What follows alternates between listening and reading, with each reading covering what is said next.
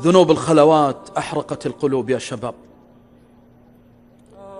يا مشايخنا يا دعاتنا، احذروا ذنوب الخلوات. يا طلبة العلم، احذروا ذنوب الخلوات. يا من رزقك الله ظهورا في الإعلام، احذر ذنوب الخلوات.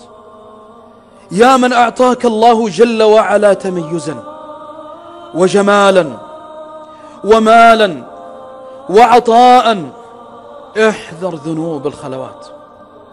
يا من وثق فيك أهلك، احذري ذنوب الخلوات. يا حافظة القرآن، احذري ذنوب الخلوات. يا من تنزل للشباب في الميادين وتدعوهم إلى الله، احذر ذنوب الخلوات. نسأل الله جل وعلا أن لا يفتننا بأعمالنا، وأن يجعل أعمالنا وأعمالكم خالصة لوجهه الكريم. أسأل الله جل في علاه أن لا يعاملنا بما نحن أهله، وأن يعاملنا بما هو أهله، أن يعاملنا بعفوه، وأن يعاملنا بكرمه، وأن يعاملنا بستره، وأن يعاملنا برحمته.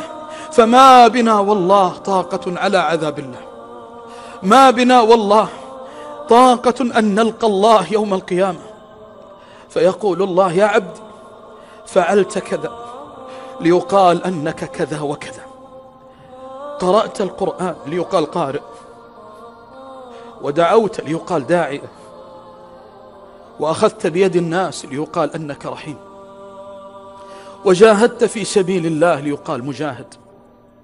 والله جل وعلا يعلم خائنة الأعين وما تخفي الصدور.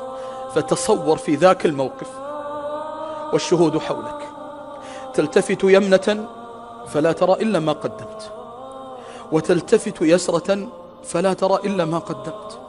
تريد الصلاة لا تجد صلاة، تريد بر الوالدين لا تجد بر الوالدين، تريد خشية لله لا تجد خشية لله، تريد عبادة لله ما تجد عبادة لله. أسألك بالله، في هالموقف من لك غير الله؟ من لك سوى الله جل وعلا؟